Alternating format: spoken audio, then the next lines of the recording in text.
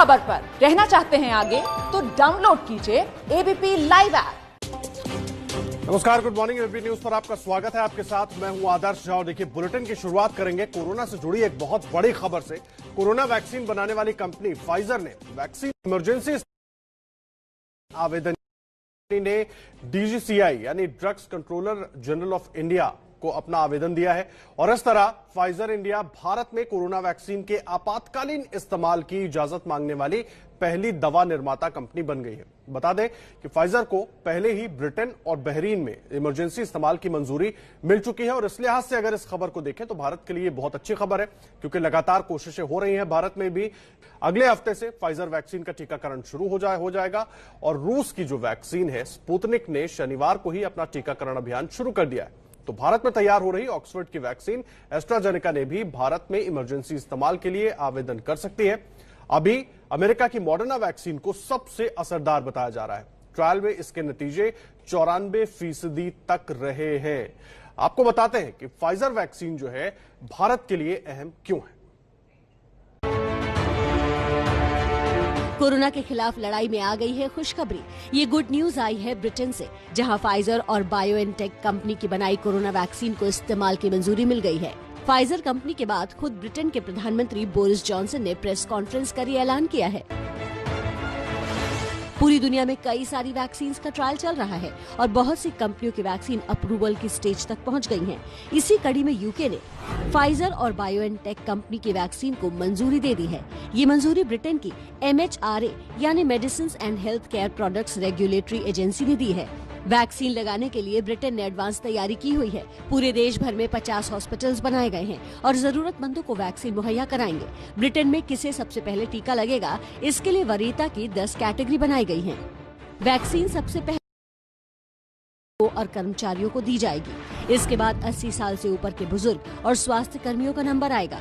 फिर 75 साल से ऊपर के बुजुर्ग लोगों को वैक्सीन दी जाएगी। चौथे नंबर पर 70 साल से ऊपर वाले लोग हैं, फिर 65 साल से ऊपर वाले लोगों को। इसके बाद 18 से 65 साल वाले वो लोग जिन्हें जोखिम ज्यादा है, फिर 18 से 65 साल से कम वाले जिनमें रिस्क थोड़ा कम है, फिर 60 साल से ज्यादा उम्र के लोगों को, फिर 55 साल से ज्यादा और फिर 50 साल से ज्यादा उम्र वालों को वैक्सीन दी जाएगी। और देखिए, एक तरफ अच्छी खबर हम आपको दे रहे हैं, दूसरी तरफ देश में कोरोना के आंकड़े बता देते हैं। देश में कोरोना के कुल केस 96,44,000 के पार हो गए हैं और पिछले 24 घंटों की अगर बात करें तो 36,000 से ज्यादा मामले आए हैं।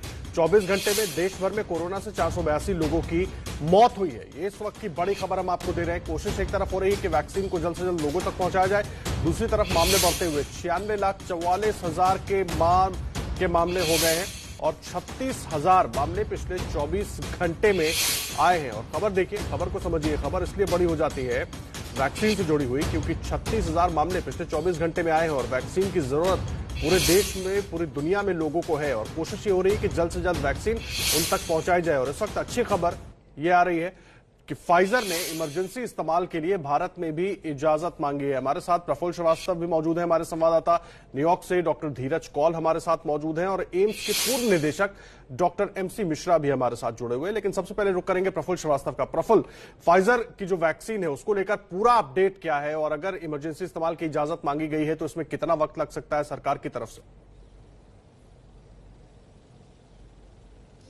फाइजर की तरफ से जब यूके में उन्हें अप्रूवल मिला, वारंट में मिला, उसके बाद फाइजर ने उसी डेटा को लेकर, यानी जो ट्रायल कंडक्ट किए गए थे उनकी तरफ से फेज 3 के, उनको लेकर जो यूके में इमरजेंसी ऑथराइजेशन मिला है उसी को लेकर भारत में भी अप्लाई किया है और सरकार से कहा है कि जो ट्रायल्स है वो अलग अलग देशों में हुआ है और इमरजेंसी ऑथराइजेशन के लिए ये जो डेटा है वो दिया है। तो फिलहाल DCGI के पास इमरजेंसी ऑथराइजेशन के लिए जो डेटा है उसको रख दिया गया है और ये भी कहा गया है कि जो ट्रायल्स अगर कराने हैं तो उसको थोड़ा देर उसको में छूट मिले, क्योंकि DCGI के पास ही अंतिम निर्णय है कि ये जो डेटा है वो DCGI इसको मानती है, क्योंकि भारत में ट्रायल्स नहीं हुए हैं और इससे पहले भी ये देखा गया है कि कई ड्रग्स और वैक्सीन के लिए जब कभी कोई कंपनी आती है तो उसने भले ही ट्रायल किसी भी देश में क्या हो लेकिन भारत में भी दोबारा कराया जाता है। अगर आप स्पुतनिक 5 का एग्जांपल लें तो आप देखेंगे कि भारत में भी उसके फेज 2 और फेज 3 के ट्रायल करवाए रहे हैं।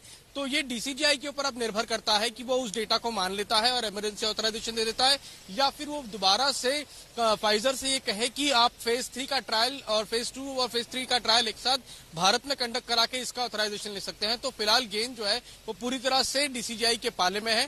फाइजर ने अपने डेटा जो है जिस आधार पर यूके बारे में मिला है उस डेटा को फिलहाल रख दिया है और ये भी बताया है कि फेज 3 के ट्रायल्स अभी भी जारी है। इमरजेंसी ऑथराइजेशन के लिए जो डेटा दिया था वो डेटा आपके सामने रख दिया है। तो अब डीसीजीआई को निर्णय लेना है कि इमरजेंसी ऑथराइजेशन देना है या फिर जिस तरह से स्पुतनिक का किया है और जैसे पहले भी कहा है कि भारत में ट्रायल करने होंगे, भारतीय लोग पे इसका क्या असर है वो देखने के लिए, तो वो करा सकती है। तो फिलहाल डीसीजीआई को तय करना है सब कुछ। आप रहे प्रफुल्ल हमारे साथ। डॉक्टर एमसी मिश्रा भी एम्स के पूर्व निदेशक जुड़े हुए हैं, डॉक्टर धीरज कौल हमारे साथ जुड़े हुए हैं न्यूयॉर्क से। डॉक्टर एमसी मिश्रा, मैं आपके पास आ रहा हूं। प्रफुल्ल पूरी जानकारी दे रहे थे, मुझे एक बात समझाइए। एक तो इमरजेंसी इस्तेमाल के लिए जो मांगा गई है, परमिशन मांगी गई है, उसका क्या मतलब है? आम आदमी को अगर समझना हो कि कोई दवा कंपनी एक दवा लेकर आ रही है, उसके इमरजेंसी इस्तेमाल के लिए परमिशन मांग रही है, तो उसका मतलब क्या होगा? और प्रफुल्ल जिस तरह से कह रहे थे कि ट्रायल भी होगा या ट्रायल कंडक्ट हो सकता है, उसके बाद दवा लोगों के बीच आ सकती है, ये सब कुछ कैसे होगा? बिल्कुल, आपने ठीक कहा। ये 2-3 दिन पहले आए थे, एबीपी पे ही हमारी बात हो रही थी कि फाइजर ने यूके में कोई ट्रायल नहीं किया है। उन्होंने अर्जेंटीना में किया है, ब्राजील में किया है, यूएसए में किया है, ऑस्ट्रेलिया में किया है और एक आध किसी और मुल्क में किया है। और अभी यूएस एफडीए ने इसको अप्रूवल नहीं दिया है to be used in USA. ये भी समझना बहुत आवश्यक है। यूके में इसको इन्होंने इमरजेंसी यूज ऑथराइजेशन दिया है। उसका यही मतलब होता है कि अगर ट्रायल डेटा जो सबमिट हुआ है उनकी लाइसेंसिंग और परमिशन देने वाली एजेंसी को, तो वो उन्होंने संतोषजनक पाया और उसकी बेसिस पे उन आधार बनाते हुए उन्होंने इसको अप्रूवल दे दिया। और यही मैंने प्रफुल्ल से भी यही कहा था जब बात हो रही थी हमारी कि Pfizer is independently can apply for DCGI approval और वो प्राइवेटली इसको लॉन्च कर सकते हैं भारत में। हमारे बहुत काम की होगी कि नहीं होगी ये समय बताएगा, क्योंकि इसके साथ समस्याएं वही जुड़ी हुई हैं जो पहले भी हम इसकी चर्चा कर चुके हैं।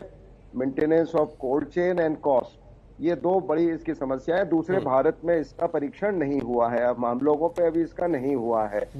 mRNA वैक्सीन है, पहली बार उतारी जा रही है बाजार में, तो ये भी एक थोड़ा सा डाउट रहता है मन में सबके। और इसमें थोड़ा सा कहीं ना कहीं पॉलिटिक्स भी इन्वॉल्व हो जाती है इंटरनेशनल लेवल पे, वो भी कहीं ना कहीं होगी।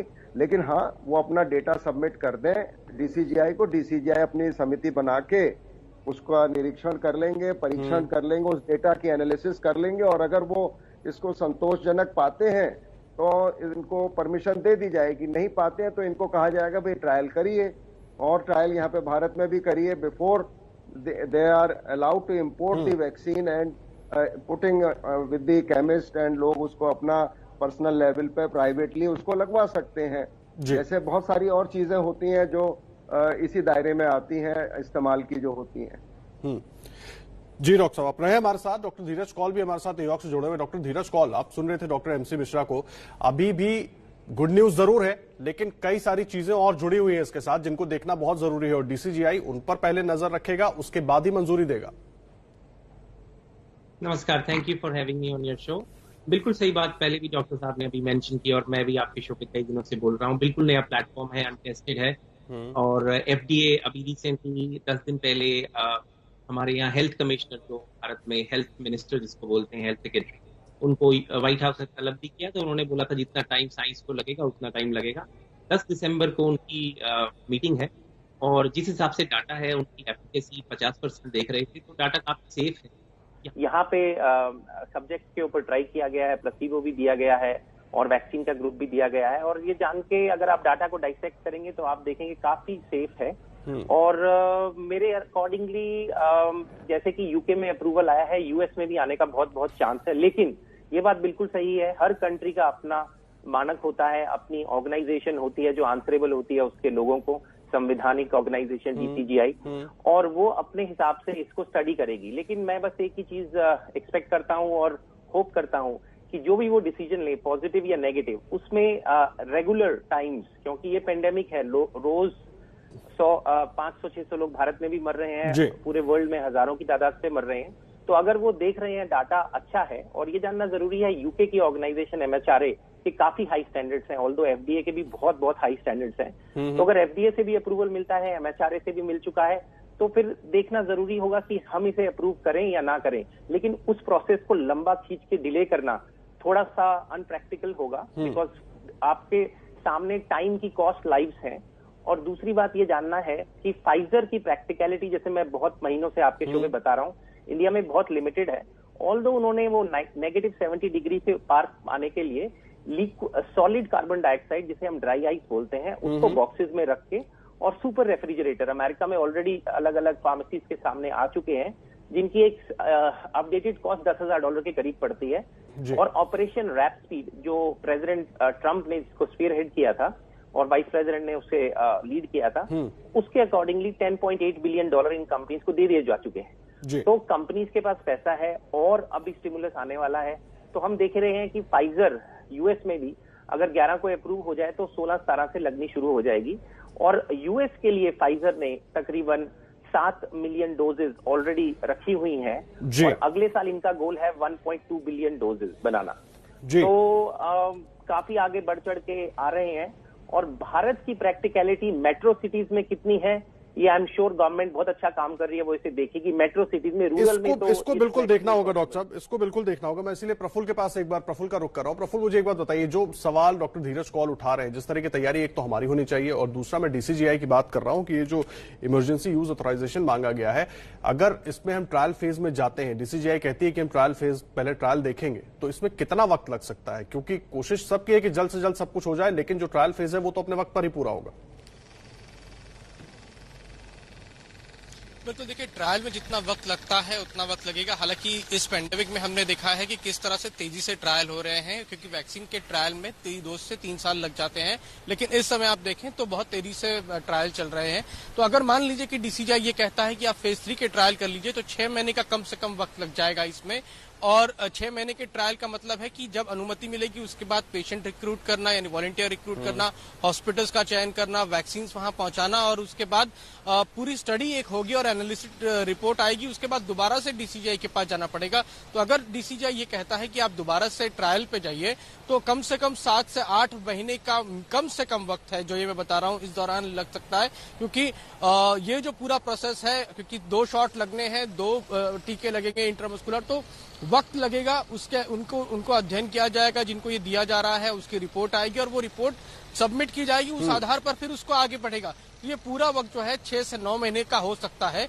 और दूसरी चीज ये कि जो अगर ये वैक्सीन आती, जो अप्लाई कर रहे हैं, तो इसको लेकर जो तैयारियों की बात है, तो उसमें भारत के पास जो कोल्ड चेन है उसकी तैयारियां हैं, लेकिन इतने व्यापक तौर पर नहीं है कि अगर भारत उसको ले भी ले, अगर भारत सरकार ले, तो उसको लोगों तक बहुत बड़ी चुनौती हो जाएगी, इतनी तैयारी फिलहाल नहीं है।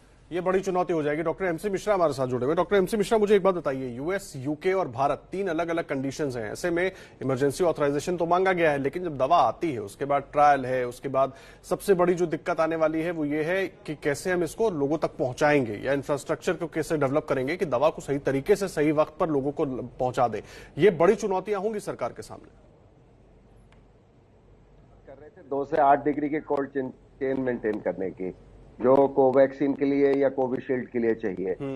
तो मैं नहीं समझता कि ये हमारे मैस इम्यूनाइजेशन प्रोग्राम में शामिल होगी फाइजर की वैक्सीन। मैं बिल्कुल नहीं मानता इस बात को, और जरूरत भी नहीं है उसकी, क्योंकि हमारी कोविशील्ड तैयार है, वो भी दिसंबर के आखिर में आई रही है, तब तक ही परमिशन भी मिलेगी DCGI से। काफी संभावना है US FDA एक बार अलाउ कर देगा तो DCGI भी इसको फेवरेबली कंसिडर करेगी, लेकिन प्राइवेटली यूज होगी ये वैक्सीन। ये मैस वैक्सीनेशन प्रोग्राम में नहीं यूज होगी, ये ऐसा मेरा मानना है। और क्योंकि इसकी कीमत भी ज्यादा है, कोल्ड चेन का भी इश्यू है इसमें। तो ये जैसे आप समझिए, मैं आपको एग्जांपल देता हूं, हालांकि वो बहुत सटीक नहीं है। देखिए कारें हैं, रॉयल्स रॉयस भी है, मर्सिडीज भी है, और भी कारें हैं, एक मारुति भी है, दूसरी छोटी कारें हैं जो कम खर्चीली होती हैं। तो हम में से कितने लोग हैं जो हम रोल्स रॉयस को अफोर्ड कर पाते हैं जी। तो ये फाइजर की जो वैक्सीन है, ये किसी तरह से रोल्स रॉयस है। ये आप ये मानिए, अगर ये सस्ती मुहैया करा दे तो हम इसको लगा देंगे, लेकिन वो कहें कि हाँ ये उसी कॉस्ट पे दे देंगे जिस पर कोविशील्ड बन रही है, जिस पर कोवैक्सीन बन रही है, तो हम जो खर्चा कोल्ड चेन पे आएगा वो हम बियर कर सकते हैं। लेकिन अगर आप कहेंगे नहीं साहब ये इसके साथ तो ये भी कंडीशन है, वो भी कंडीशन है, अभी हमें 2 से 8 डिग्री के लिए पूरे भारत में फैलाना ही मुश्किल हो रहा है, तो ये -70 कहां से फैलेगा भारत में? तो हमें प्रैक्टिकलिटी भी देखनी है इसकी। तो मैं समझता हूं ये उपलब्ध हो जाएगी। मैं लगवाना चाहूंगा अपना खर्चा करके, मैं लगवा सकता हूं, आप लगवा सकते हैं अपना खर्चा करके, लेकिन सरकार इस पर खर्चा करे टैक्स पेयर मनी, मैं ऐसा नहीं मानता और ना सरकार को करना चाहिए। जी, डॉक्टर धीरज कौल बड़ा अहम सवाल उठा रहे हैं डॉक्टर एमसी मिश्रा, क्योंकि जिस तरह से फाइजर की वैक्सीन है और जिस कीमत पर वो लोगों तक पहुंचेगी वो एक तो बहुत महंगा हो जाएगा, दूसरे उसके लिए जो एक व्यवस्था बनानी होगी वो एक अलग समस्या है। ऐसे में जो भारत में दूसरी वैक्सीन बन रही है उन पर ही ज्यादा डिपेंडेंट रहना होगा।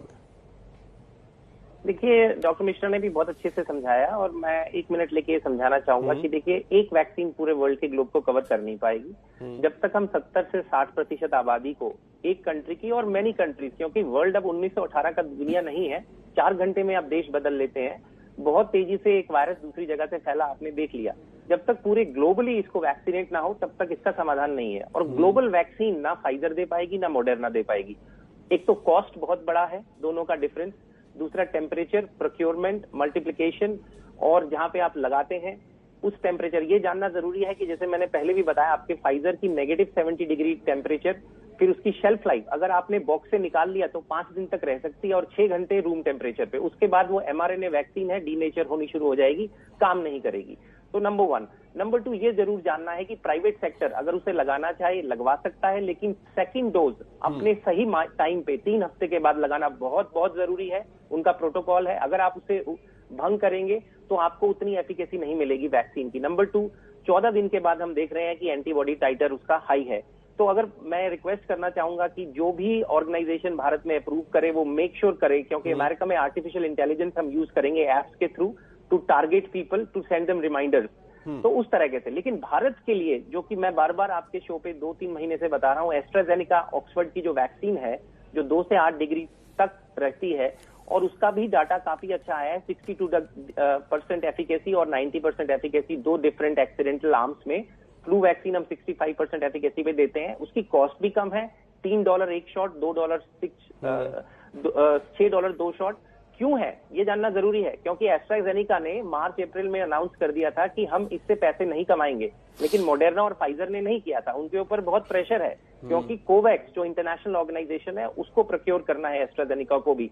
और मैं तो ये मानता हूं जैसे जैसे नंबर बढ़ेंगे ये $6 को भी निगोशिएट करके कम लाया जा सकता है भारत जैसी जगह में, क्योंकि यहाँ पे आबादी बहुत है और भारत के सीरम इंस्टीट्यूशन में उसका एक बड़ा मास मल्टीप्लाई हो रहा है। तो एस्ट्राजेनेका का अप्रूवल यूके में आने की बहुत बड़ी संभावना है, मैं पहले दिन से आपको बता रहा हूँ, और यूएस में भी आने के लिए अब इमरजेंसी यूज ऑथराइजेशन के लिए वहां की जो यूके की MHRA है वो उसको कंसिडर करेगी और वो फाइल करेंगे। ये हमारे लिए पॉसिबल नहीं है एस्ट्राजेनेका को ज्यादा देर तक होल्ड करना, और इंडिया में जो कॉपीज बनी हुई हैं वो लोगों को मिले। देखिए, जानना बहुत जरूरी है कि वैक्सीन टूरिज्म शुरू हो चुका है, लोग अमेरिका आना चाहते हैं वैक्सीन लगाने, जो ग्रीन कार्ड होल्डर्स हैं इंडिया के, मुझे खुद फोन कॉल्स आते हैं जानने के लिए कि कब से वैक्सीन शुरू होगी।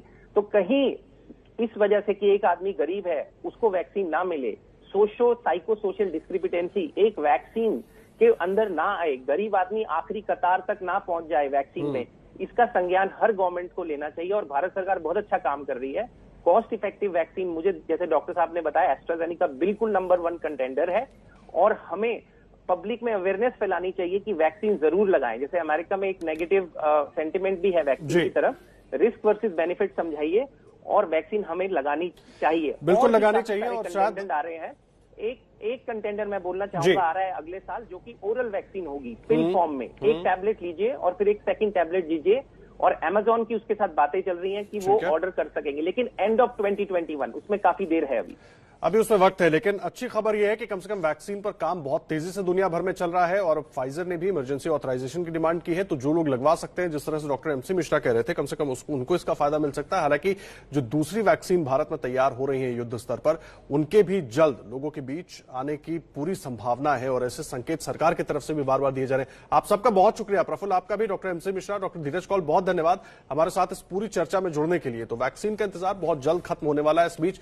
गुड न्यूज भी आना शुरू हो गई। गई है, क्योंकि अलग अलग कंपनियां अपनी वैक्सीन भारत में लेकर आना चाहती हैं और अब केवल इमरजेंसी ऑथराइजेशन की मांग की गई है। अब ये DCGI का फैसला होगा।